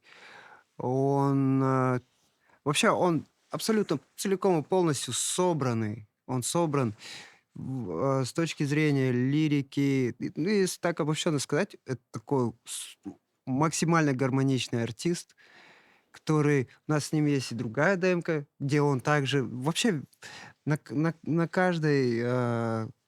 И плюс у него очень мало времени на это уходит. Я пока доехал, он уже записал, и уже Жельтохсан записывался. Они вообще очень быстро. И Руслантай уже написал свой текст и ждал, когда Жельтохсан дозапишется. Ждал, Я- пока ты приедешь. Я месяц еще писал потом, просто. Но для меня это тоже, с одной стороны, было давлением, что... Такие ребята в Да, треке. да. И такой уровень выдают, и поэтому я там помучился, я им говорил тоже там, пацаны, типа, я буду медленно писать, я буду мучиться, страдать. Ну, вот, так и было, да. Блин, братан, там же случай произошел, короче. Мы же этот трек, когда снимали Пишемся же, да, звук? Мы же когда снимали «Уайм-дома» в Ахтау, с Жельтохсаном же снимали. И мы в машине едем, я ему говорю, блин, брось какие-нибудь демки, поставь какую-нибудь демку. Он такой, блин, есть классный фит с пацанами, демка, блин, давай. Включает. И Ты вот офигел. да, и начинается этот трек, получается, «Убалой Ларай». И все, и мы, короче, классно записали, он там спел, все окей. И вот проходит там пару недель, все смонтировали, короче. И он есть там. Да, и как бы мы взяли а я говорю, Жельтохсану, можно песню-то использовать? Он такой, да, бери, конечно, типа там. Я такой, все окей. Взял песню, закинул рилс и взял момент именно дюда. Ну, во-первых, монтаж делали пацаны, они взяли момент дюда. Ну, он там такой яркий. Бэнгер. Да, он яркий, да. Да. Я взял его, закинул Видео. закинул в Инстаграм рилс с его песней. Блин, братан, проходит 7 минут, дюд пишет, типа там, ну, он как что-то обиженный, типа, там, знаешь, типа, как же он написал? Типа, можно было спросить или... Why you do that? Why, bro? Why? Да, why you gay? Он написал, типа, такой, ну, что за фигня, типа, без спроса, короче. Да. Я прочитал такой, блин, ё-моё, что его как бы не поставили в известность, что ли, Не, ну, короче, твои да. Пишу ему, он не отвечает. Я нахожу, я говорю, Ахтош, дай его телефон, он мне дает номер, я ему звоню, он выключен, короче. Я такой, ё-моё, как неудобно получилось. Пишу Жельтохсану, короче, еле-еле там как-то дозвонились до дюда, он был, оказывается, в Таиланде. Он такой, блин, пацаны, типа, я на этот трек ставил, типа, ну, а вы так его без моего разрешения. Ну да, он А Жельтохсан, вложил. оказывается, как бы ему не сказал, понимаешь? Да. И мне так стало стыдно, и я сразу это все убрал с Инстаграма. Ну, а с Ютуба уже нельзя было убрать. Поэтому, пацаны, сори. В итоге, то, что ты показал, этот трек в своем видео, да, в Ютубе, Ага. он же в ТикТоке же в итоге 10, сколько? Больше сейчас 10 уже 12 тысяч. Да, уже даже 12 тысяч просмотров с твоим голосом. Жельтохсан, там ты орешь. А, да? Я даже не знал, этот звук стрельнул, да. Да? Это сыграло на руку вообще, наоборот. Да, ну хорошо. Не, ну честно, Да, вообще, да. я без каких-либо задних мыслей вообще. Я думал, Нурбек, все это с сори. разрешения, Нурбек. Матчлаб, мы тебя ждем на Замандасе, Нурбек, с этим треком. Да. Получилось, Да. конечно. Не, охрененный трек вообще. Дюд, конечно, поразил. А мне Руслан Тай этот трек поставил. Мы после тренировок, он ходил когда-то на бокс со мной чуть-чуть. И после трека, я говорю, вот я же этот. А там появился эпизод, где он был у ребят на Добсозе, где он читает стих. Я ему говорю, ты капец, оказывается, стихи читаешь. И он рассказывает свой бэкграунд, что он вообще Актюбинская, как бы, Ахтубе Халасын большая звезда, поэтическая звезда. Говорю. Я был раньше, писал, ну, то есть я прям был известен. Акын, да, в этом плане.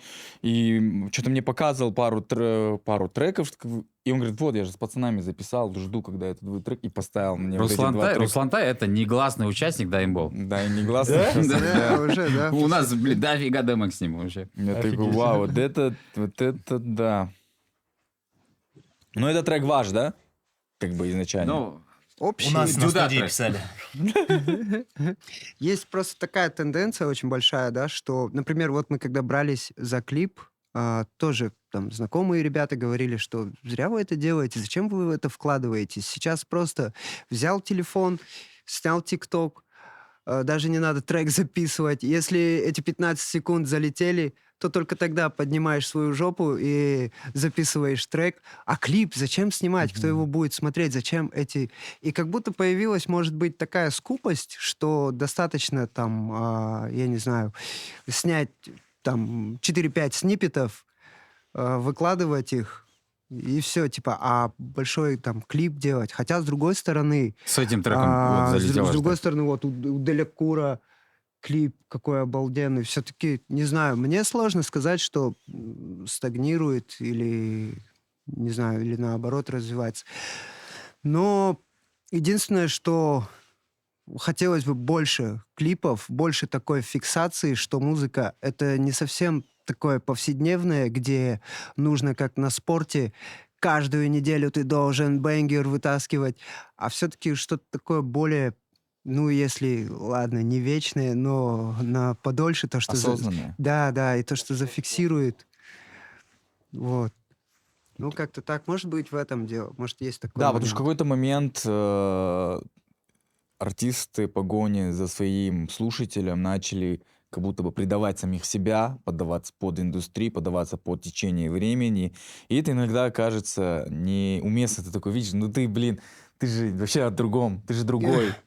И твой soul, твоя душа хочет вообще другого. Но тебе приходится под рынок подформатироваться, и это очень искренне. И в этом плане у меня просто сложилось какое-то мнение, потому что мы здесь уже, мы что сколько за мандас пишем, мы всегда поднимали тему музыки, исключительно казахстанской музыки, и поддерживаем, да, музыка. Но в какой-то момент у меня такой, я уже как будто присытился, знаешь, мне уже нечего Перенасытился. удивить уже. То есть я такое, что-то все уже начало похоже на друг друга. И из-за этого мне, в моем личном Есть мнении такое. казалось, что как будто вот был скачок, Мгм. и потом вот забуксировали на каком-то этаже. Да, сейчас как будто это тихо что-то. Ну, как будто бы, если ты начинаешь для кого-то делать, это уже убивает твое творчество. Все.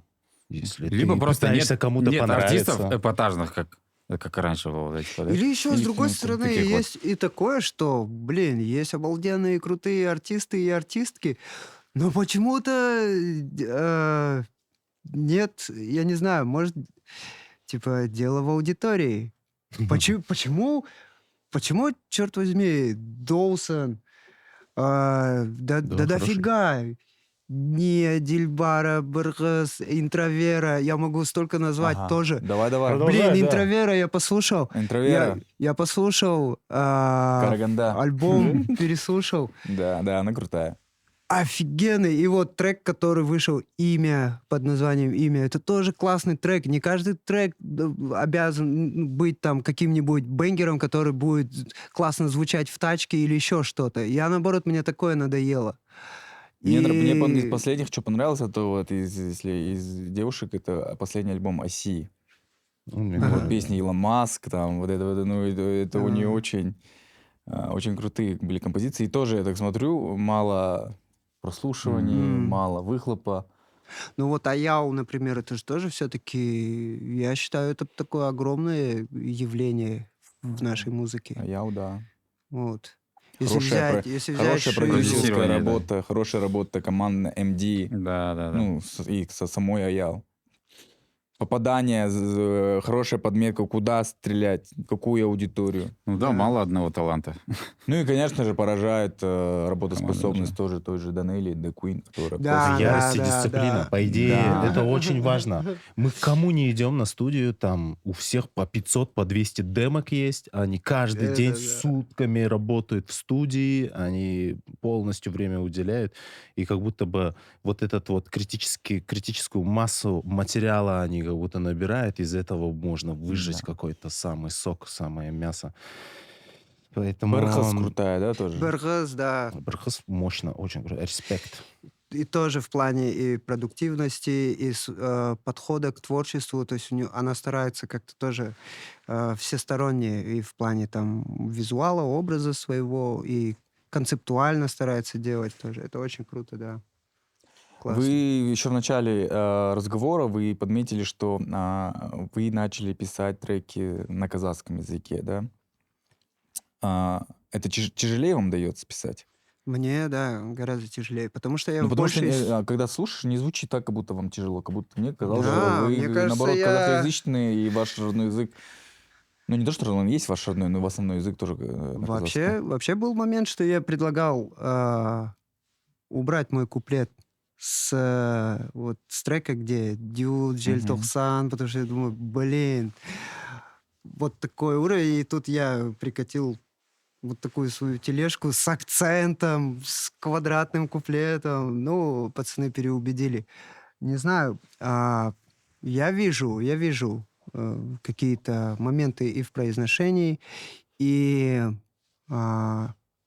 ну, мне сложно писать. Адель, ты как саунд? Мен саунд қазақша продюсер? жаза беремін негізі. Қазақша жаза- Қазақшада сөйлей редактура қазақша менен кетеді. Ну вот. Кстати, он очень помогает. Да, он мне говорит, так, не так, не... Но, я скажу, мне очень нравится ваш стиль. Что у вас и казахша, и орысша, и ағылшынша, там, да, там, когда там, oh, shit, here we go again. Я такой, блин, да, и это все в совокупности делает это таким родным, Ага. таким стилевым. И то, что вы говорите, то, что вы с 2009-го вместе тусите, да, и вот уже прошло, считай, 15 лет, и ваше звучание, оно такое... Это олдскул, который никогда никому... Он не может устареть, он не может надоесть, он не может, он вечный. Но при этом классно, когда у тебя получается это.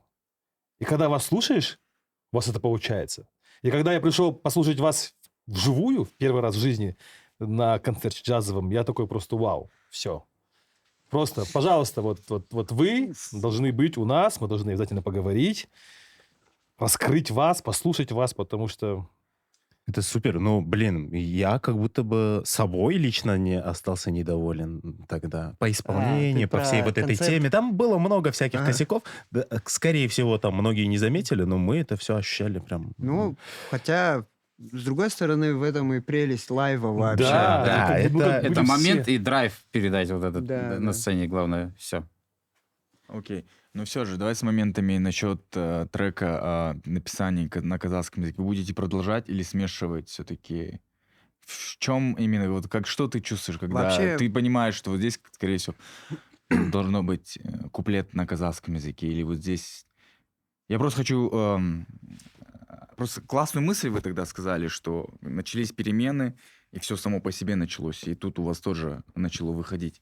Мне кажется, вот тут можно в этой теме больше углубиться. Когда ты чувствуешь, есть ли разница между языками, да, когда ты исполняешь на русском и когда ты исполняешь на казахском, даже будучи, если ты в основном не говоришь на родном языке, что вы в этом плане испытываете, когда исполняете, когда пишете в целом процессе? Мгм. Разница между языками есть в любом случае. Ну, как по форме, да, скажем, так и не то чтобы по содержанию, как по форме, ну, так и по образу. По форме, я считаю, мое субъективное, казахский язык, он гораздо более пластичен, чем русский. На русском мне, не знаю, мне не удается как-то так плести, скажем так. Там все как-то угловато, более грубо. Вот. Это тоже влияет и на образ мышления, форма языка, как он звучит. Насчет акцента или каких-то искажений, абсолютно это классно и окей. Заимствованные слова с других языков, это абсолютно окей. Новые помню- неологизмы, да? Да, я помню, я слушал какой-то подкаст Мерген, Ахмарал Мерген. Композитор, да, Ахмарал Мерген. Да, она как раз-таки там... Это очень классный выпуск, я вам, пацаны, тоже скидывал. И она как раз-таки там говорила о Желтухсане, она, по-моему, Дюда вот именно выделила, что за этими ребятами будущее, какая будет форма у казахского языка. Он эволюционирует благодаря таким исполнителям. И вот то, что Получается, Дюд... благодаря И то, что культуре, музыке. Дюд сказал, легализовал Ватер. ватер. Это окей. Любой язык, если там копаться в его истории возникновения, в нем в любом языке будет очень много взаимствованных слов с других языков Казахский и язык много искажения. заимствовал с арабских слов. Всегда трансформируется. Да. действительно, Да, в русском Фарси языке много очень много тюркизмов. Да. В казахском языке то, что появляются русские слова и становятся уже казахскими, это тоже абсолютно нормально. Вот. Так вот в плане написания тоже, наверное, все вот зависит от контекста. Есть некоторые треки, некоторые тексты у меня, где я смешиваю языки, а есть, где таза казахша стараюсь писать, или чисто на русском. целиком и полностью на русском. Потому что вот там это нужно чувствовать под инструментал, под бит. Больше так подходит. Просто есть желание полностью освоить родной язык. И вообще классно и английский язык, если освоить, а не только вот эти фразы всем Сланги известные. популярные, да. Да, использовать. Кстати, есть такой прикольный момент, когда ты фразу на английском языке рифмуешь с фразами на казахском, ну, там, make it or break it, и маке, баке, да, потому что, ну, там и смыслы тоже переплетаются. Вот. То есть сделай это, либо сломай, это как, ну, речь о том, что добейся, да, а маке-баке это не про добейся, а это про связи, про ползи, про коррупцию. Поэтому и так тоже прикольные языки рифмуются. Да. Вот. Кайф. Йоу. Не знаю, мне Йоу, всё- оу, мне- shit, йоу. here we go again.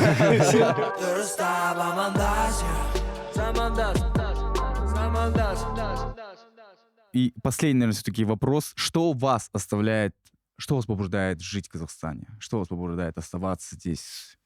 Какие надежды? Какие... Ну, я думаю, просто полное как бы отождествление себя со страной. Вот и все. Просто... а, не знаю, у меня нет... Я, к примеру, даже не решился на 6 лет уехать, поступить в свое время там в Петербург на скульптора, потому что я уехал туда как бы на разведку, узнал, что нужно для поступления и так далее. Я уже просто прочувствовал, что я не буду находиться здесь 6 лет на очном обучении, каждый день по 12 часов на учебе. Потому что... И тогда, кстати, родилась вот это... Ну, не родилась, а я поймал себя на мысли, на чувстве, что мне горько, что у нас здесь в стране нету такой же легендарной Репинки, какая есть там. И поэтому хочется сколько не уехать туда, где классно, а сколько привезти сюда все классное, построить здесь все классное, сделать здесь классно. Ну, это, ну, как-то так. Вот. Ну да, наша страна еще не такое дерьмо проходила, наш народ. Мне кажется, тоже нельзя слишком драматизировать. Трек еще сильно откликается. «Ошчерлер демс». Да, кстати, да. Я вот сразу Очень, про да. этот трек вспомнил, когда вот этот вопрос задал, и думаю, да. Здесь мы просто очень часто не ценим то, что мы на своей земле, то, что мы в своей стране живем. Я недавно, что-то вчера, это, кажется, в ТикТоке или в Инстаграме наткнулся на ролик, где парень с России переехал в Астану, в Казахстан, потому что, блин, мне не нравилось то, что мои дети спрашивают, почему меня называют китайцем в школе или да. еще что-то такое. Там, и он говорит, я Казах с переехал, России при том, что, переехал. да, при том, что у меня была там хорошая зарплата, хорошая должность, там все было круто, но хотелось все-таки быть у себя на месте. Мне кажется, это самое верное. И если, блин, мы все завтра уедем, то что будет здесь? Нам обязательно. Самое важное, самое ценное в государстве это не какие-то ее активы, ценность, нефть. Это люди. Если мы все вместе начнем, там, не знаю, будем развиваться, будем двигаться вперед, то неизбежно произойдет level up у нашей страны. Как бы там мы сейчас тоже не ныли, какие бы трудности, проблемы не происходили, да, сейчас реально мы живем в эпоху перемен, когда тяжело, страшно. При этом не нужно забывать, что у тебя есть, и это нужно ценить. Адлижан? Я сам по себе невыездной чувак. Местный. Я вообще даже в Астану там 4 месяца побыл, и я сам там как бродячая собака себя чувствовал. И я вот представляю, если куда-то переезжать, детям это тоже стресс какой-то будет. И да, от себя просто я так прикидываю им, и лучше, кажется, в своей стране все расти и развиваться и все такое. Сол? Да. Повезло в жизни. Во многих странах побывал, посмотрел на разных людей, разную культуру. Где родился, там и пригодился. Нигде не чувствовал я себя таким живым, таким наполненным всем тем, чем должен быть наполнен человек. Все люблю в этой стране.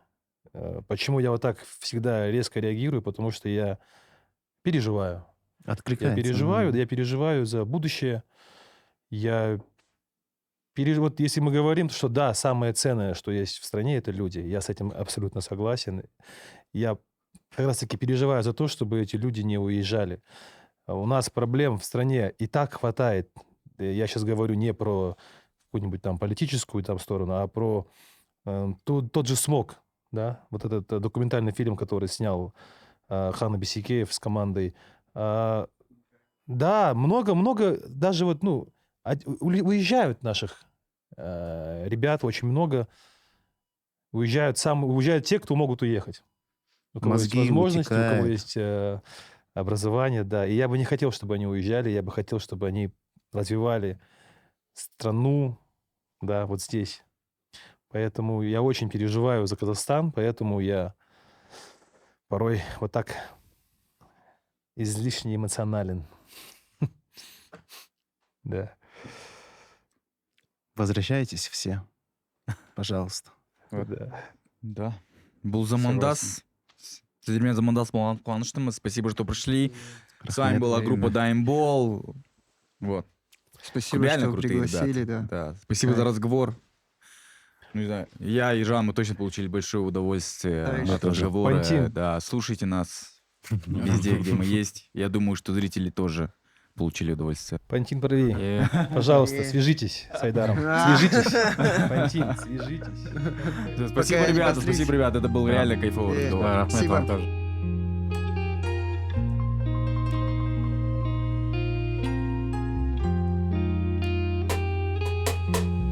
Просто даймбол, баскетбол, даймбол, волейбол, тайм-аут, гейм-овер, 1-0. Терпи болевой, делай голевой. Этот раунд твой, думай головой, родной. миға қонбаса қолдан келмейді. Сенде бәрі дұрыс па или хуй пойми. Істеген жұмысын алған кредиті не үшін? Ішкі компасы не дейді? Проблема мейлі, армандар maybe. Есіңді жи, мақсатқа жет, басқан қажеті не? Бәрі рас, бірақ көз ашсаң, бәрі дұрыс, бірақ ойлансаң, бәрі бла-бла, мән берме, қайтпа. Бәрі болады, просто даймбол, братан. Просто даймбол, баскетбол, даймбол, волейбол, тайм-аут, гейм-овер, 1-0. Терпи болевой, делай голевой. Этот раунд твой, думай головой, родной. Просто даймбол, баскетбол, даймбол, волейбол, тайм-аут, гейм-овер, 1-0. Терпи болевой, делай голевой. Этот раунд твой, думай головой, родной.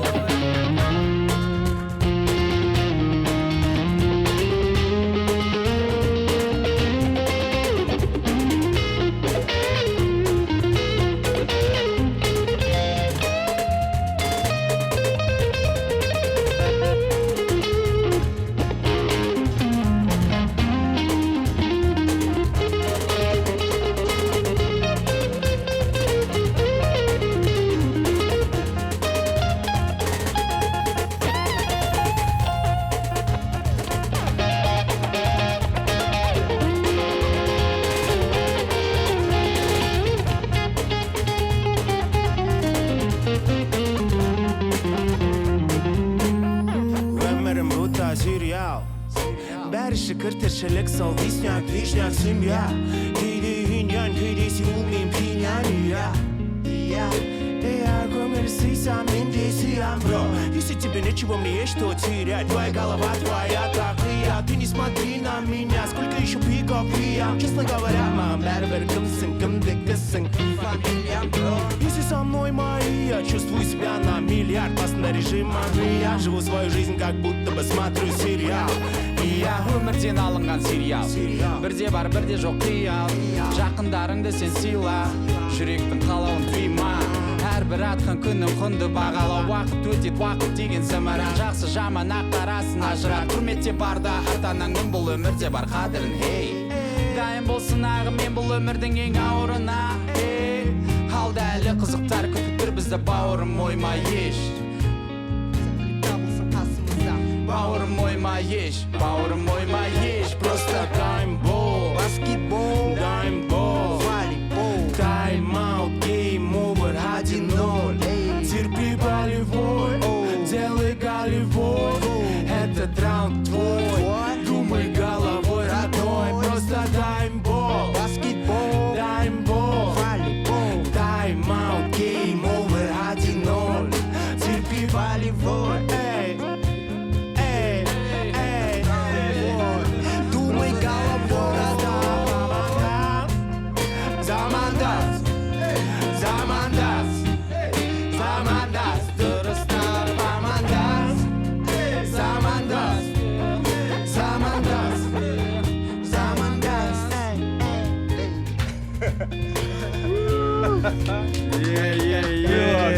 От души, ребята.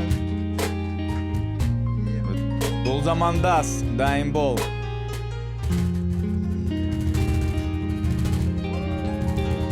Дерзко, дерзко, дерзко. Вот это лайф. Сіздермен замандас болғанға қуаныштымыз. Взаимно. Ты не попрощался сейчас? Все, я уже готов, могу идти.